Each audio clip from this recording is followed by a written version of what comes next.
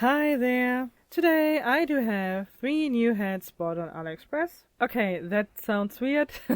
I have 3 new Barbie heads that I bought on Aliexpress.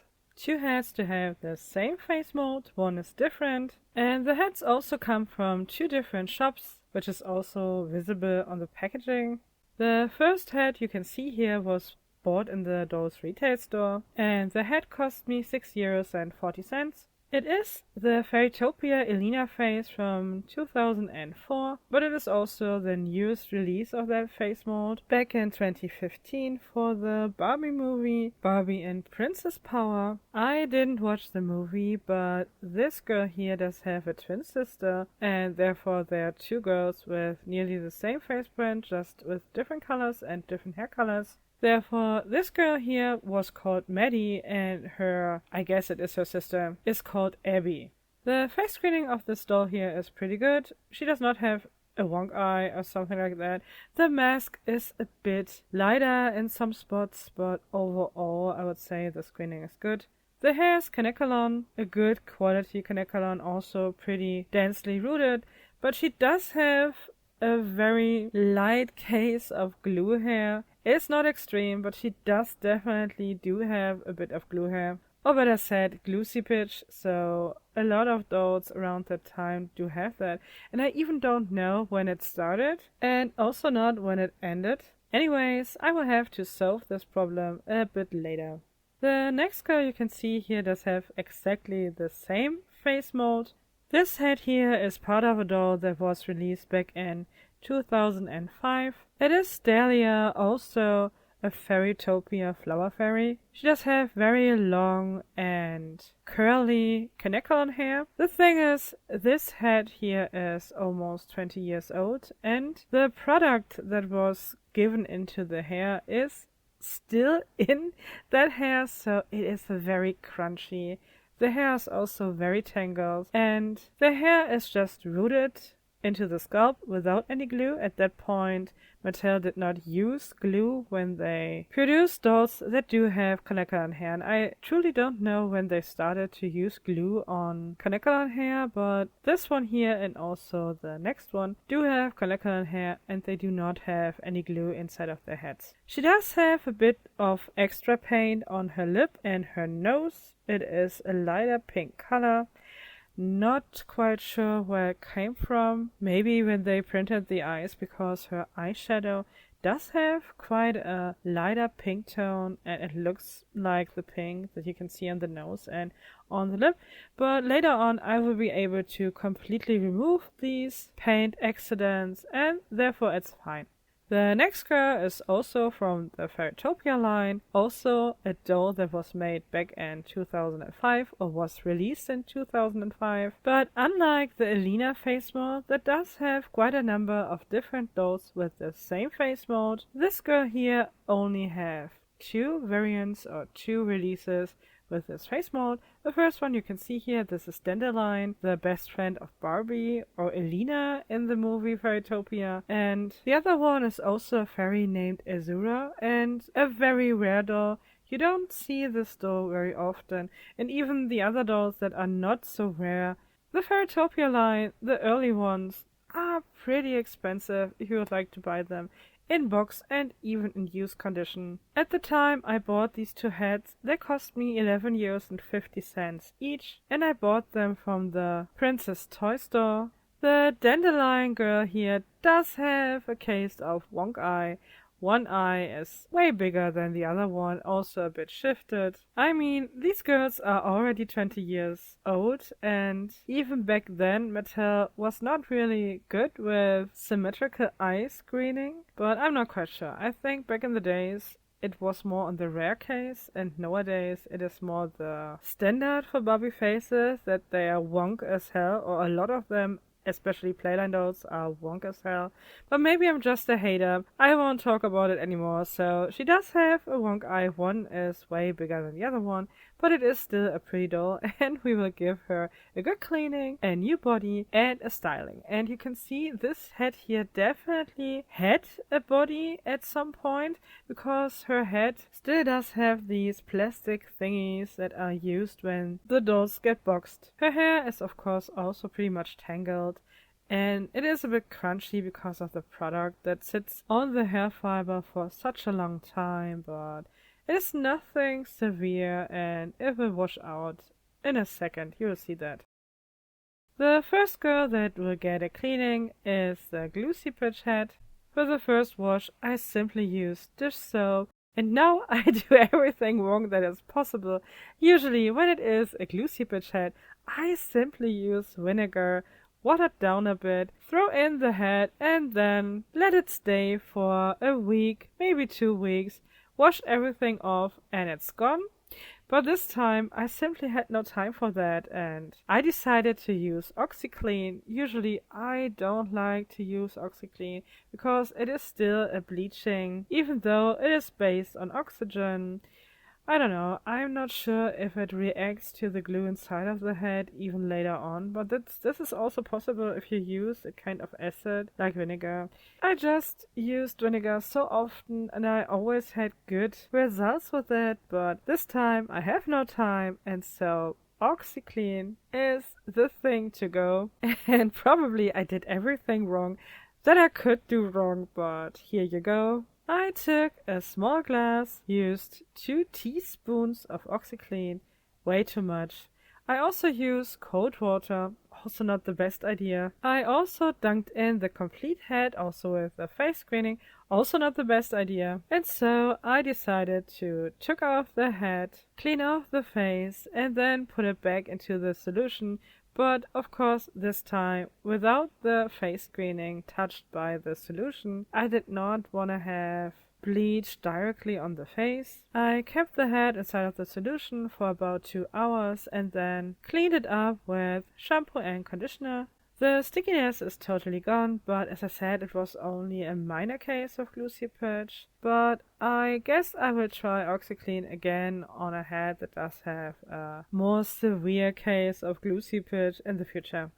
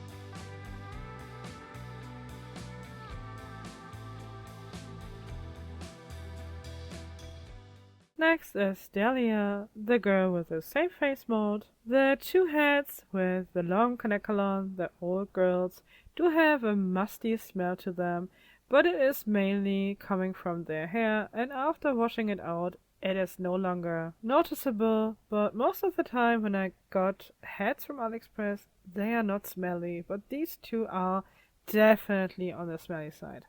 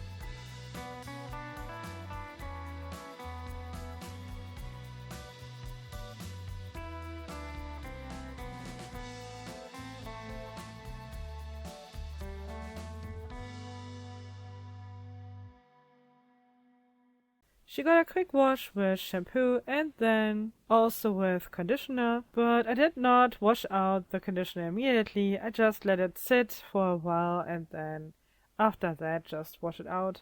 And after washing out the conditioner, I start to comb the hair. As I said, the hair is very tangled. It is kind of cologne. It does not have glue inside of the head, so this time I do have quite a bit of hair loss. For combing out the hair, I use a very weak plastic comb plus a cat brush for the end tips of the hair, just to keep the curls because I don't want to recurl the hair, not because I'm too lazy. I'm not a big fan of really tight new Kanekalon curls. I like it if the hair's a bit more wired and the curls are a bit more wired, and these two heads were not played with, or all three heads were not played with, so the hair still does have a lot of waves, and therefore I will not use a rinse boil wash. I just let the hair dry.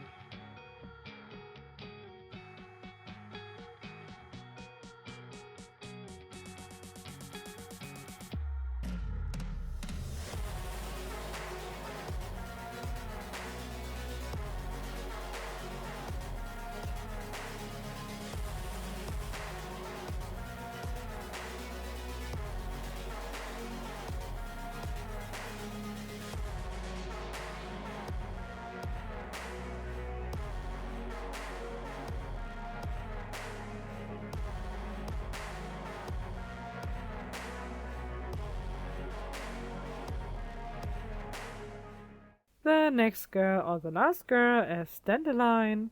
The elastics are not as old as the heads. They definitely gave them new ones and removed the old remaining parts of the ones that had been disintegrated. That was not the case for the one from the Barbie superhero movie. She still had a few pieces of leftover disintegrated elastic band in her hair, but these two here do not have traces of that. They simply gave them new ones, but I cut them open because I don't want to have more hair loss than needed. They even have these thread pieces still in their skull from the original hair accessories. But as I said, also Dandelion will have some hair loss because their hair is not very thickly rooted. It is conical, it does not have glue, and it is very tangled.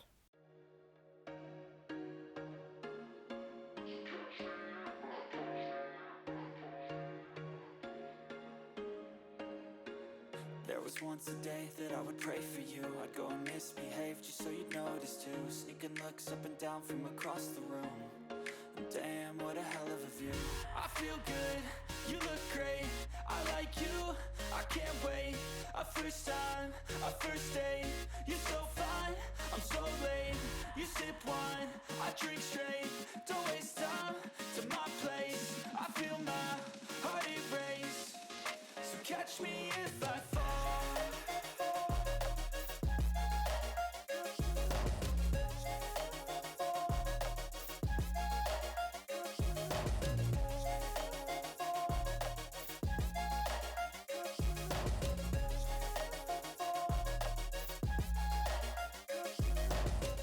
I'm falling fast, sitting here praying that this night's gonna last. You got it all on tap, I'm loving your vibe, always have your back. We like all the same tracks, listen on. Same procedure as for the Dahlia head, a quick hair wash, plus I comb out the hair as sensitive as possible.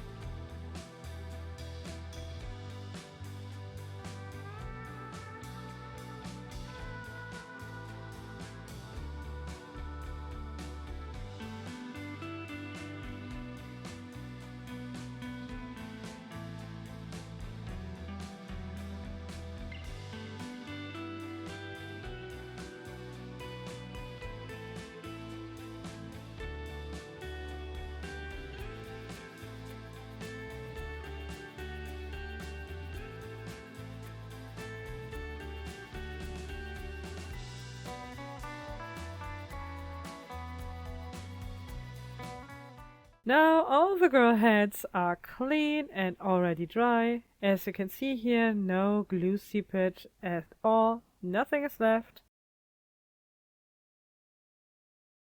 Also Dandelion is pretty and clean now, no musty smell anymore, and she still has nice fluffy shiny hair, still with a bit of curls. And also Dahlia is clean now, she also does not have any musty smell to her, and her curls are in even better condition than the ones of Dandelion. Dahlia's curls are even more visible, her hair is pretty much shiny, and the only issue she still has is the extra paint, and we will change that right now. But before that, here again the two girls with the same face mold. The newer girl from 2015 is way smaller. I think it was also a more skipper size doll. Not quite sure, but I think it was the case. Also, the material of the two heads is totally different. The Dahlia head is this more squishy and thinner material or vinyl material that Mattel used in the earlier 2000s. For example, a lot of the Mycene heads to have exactly the same feel to it in my opinion. But I'm not quite sure if they use it even for some of their dolls today. I don't think so. I'm pretty sure that they mainly use the same kind of vinyl material as it was used for the girl here on the right side. The Maddy doll head is quite dense or firm. Of course, this head here is a glue head, so the upper part of the head is hard because of the glue, but also the rest of the head is not so squishy, especially not so squishy as the other girl here.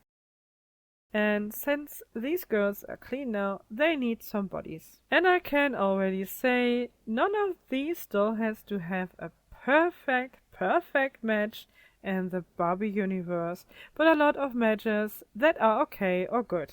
First, again, we do have this Maddy head, and she is a very pale skin, even too pale for the pink tie-dye that you can see here. She is light enough for the purple top made to move, even though the head does have a more red undertone. But she is too yellow and too dark for the tall First Victoria body, and she is also too dark for the tennis player, but you could come away with it if you want to. But in fact, the best match would be the purple top made to move. She also does not have a perfect match when it comes to length bodies. The pink beige is a little bit too light, also a little bit too gray, and the standard white is a bit more yellow in its undertone, but overall, if you would like to use a length body, in my opinion, the white would be a better match, even though the head does have a bit more pink in its undertone. But anyway, today all the girls will get Barbie bodies, and she will get the purple top made to move. Before Dahlia gets her new body, she will have the extra paint removed. Since I only want to remove the extra paint and not the full lip, I will not use acetone. I simply use a magic eraser. Of course, not every magic eraser works the same. First and foremost, please wear a mask, because most of the magic eraser will dissolve while you use them, and you don't want to have these particles inside of your lungs. But beside that, I think magic eraser is very safe to use on vinyl dolls. I was able to remove the little bit of paint on her nose without a problem, and even on her upper lip. I was able to remove all the extra paint. Of course, it took me a while. I simply didn't want to use a lot of pressure while rubbing off the paint, because I did not want to remove the actual paint of the lip. And in the end, I'm very happy with the result, but the middle of the upper lip is now less shiny than the rest of the lip. It is not really noticeable, but I just wanted to point that out, so if you have a doll that does have some extra paint, you can always try to remove it with magic eraser, but you might end up with a less shiny spot. But I do prefer a not so shiny lip over a lip that does have extra paint that simply does not look that good.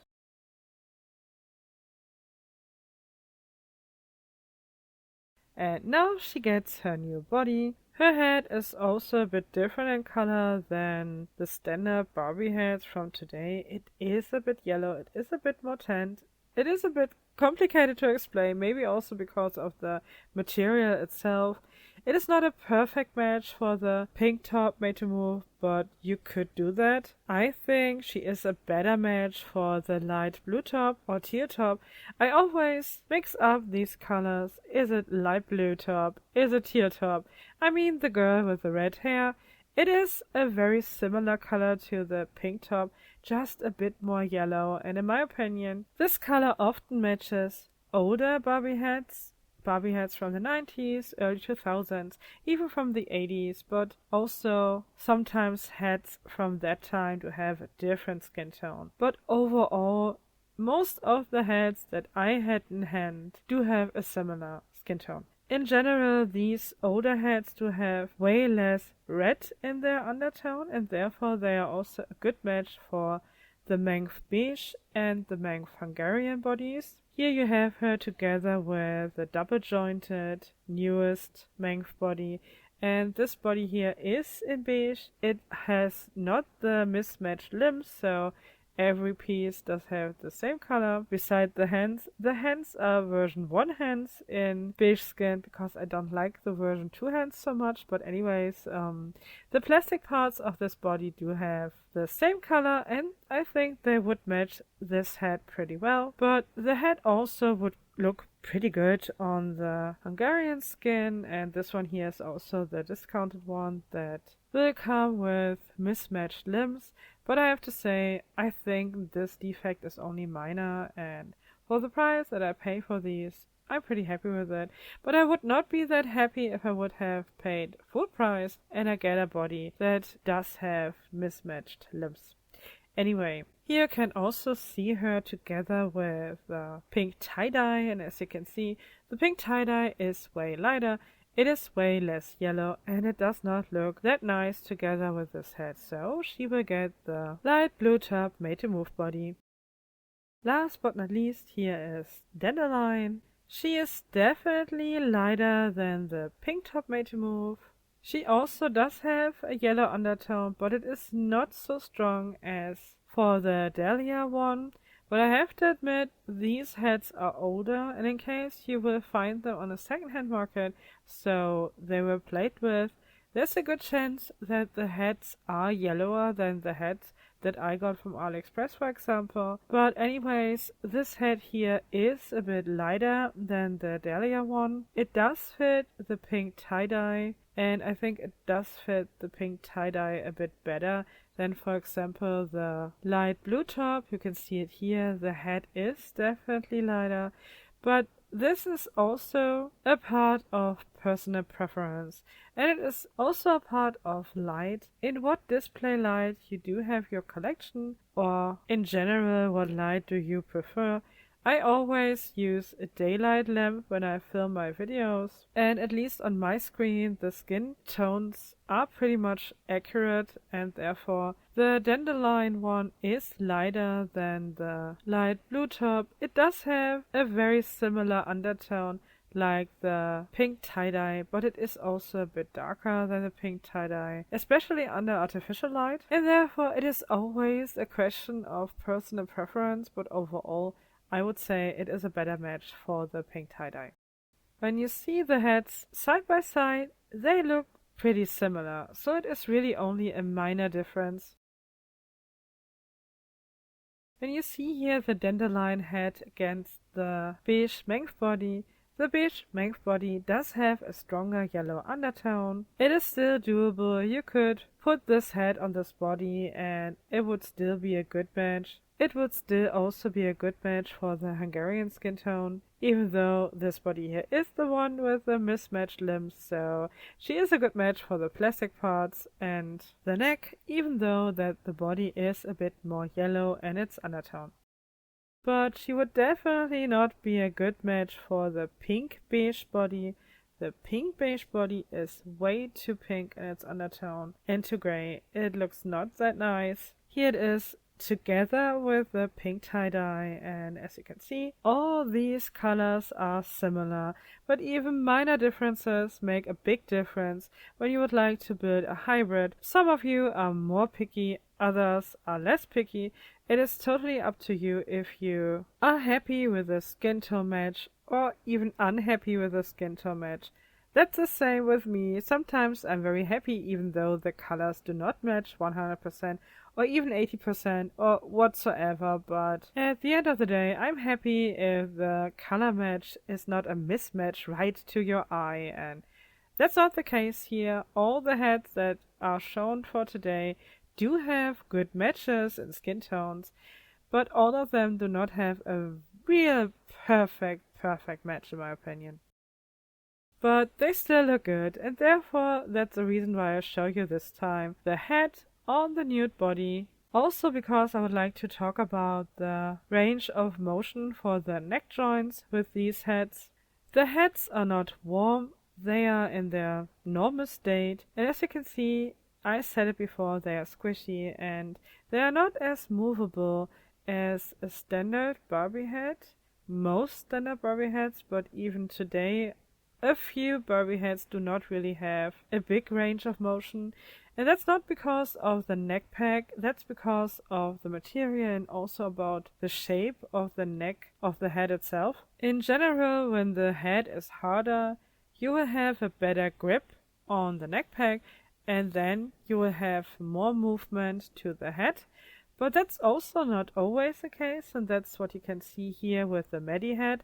The Maddy head is more dense, more firm, so in theory you would be able to move the head better, but this head here is probably made for a smaller body, a more skipper-like body, and therefore the head movement is limited. You could widen the neck and then put it on the neck pack, and sometimes that would help, but overall I don't think there would be a big difference. Overall, the smaller heads sometimes do not have the same movement as the bigger ones, and the more squishy ones do also not have the same movement as the other bigger ones or smaller ones that do have a dense material. And all these things are part of the fun of hybriding a Barbie doll or a Barbie head on a more modern or newer made-to-move body. But even in my experience, it also happens with more recent Barbie heads, so I don't know. These dolls here do have their movement limits, but still I think they will enjoy their new modern bodies. And now it's finally time for the stylings. The first styling is for this already very colorful head, and therefore she also got a very colorful styling. I would say on the edge of being tasteless, but honestly, I still like it. She is very colorful and her clothing is also very colorful. I'm not the biggest fan of her shoes. These 90s fakey shoes are definitely not my favorite, but the color is a perfect match for the skirt and some highlights of the shirt, and even the face screening is a good match for this color scheme. And here we do have the turnaround in full. Even though I thought she's too colorful for the thumbnail, the other two girls would not have a chance against all these colors altogether, but still I think she's a pretty doll. Next is her face mold twin sister. This former Flower Fairy is now wearing a dress that is highly inspired by the early 2000s. It is kind of a velour fabric in a lilac color, and she's also wearing these high plateau sneakers from the BMR Kira doll. The fabric does have a very thick and soft material. She almost looks like a plushie to me, but a very cute one with a lot of hair, so maybe more doll than a plushie. Her hair, as I said, it is Kanekalon, and that's a positive thing on Kanekalon, even though she's not so thickly rooted, but the hair looks very full. And here you do have the full swirl also for her. And the last girl for today is also a former Flower Fairy. She is wearing exactly the same dress, just in a different color. I would say it's an epic green color, and it goes pretty well together with her orange hair. She's also wearing exactly the same shoes as the Dahlia doll. And her hair does also look very full and fluffy. Both of the dolls did have, or maybe even all of the three heads, did have quite a bit of hair loss. But it is Kanekalon. It is not so dramatic when you have some hair loss on Kanekalon hair. It still, most of the time, looks pretty fluffy and full. At least as long as you do not have really empty plugs. That's a problem, of course, but these heads here have never been played with. They are old stock heads. You will have to restore or at least wash them, but they are still different from played with heads. It is simply easier to restore these here, but still, glue heads are always annoying, and I'm happy that at least this is a problem that Mattel solved over time, but I wonder how many dolls do have to suffer from this problem. I don't know, but I guess it is quite a number. Anyways, here we do have all the three girls together, even with the girl that did not made it to the thumbnail. This time I do have a favorite doll, by far.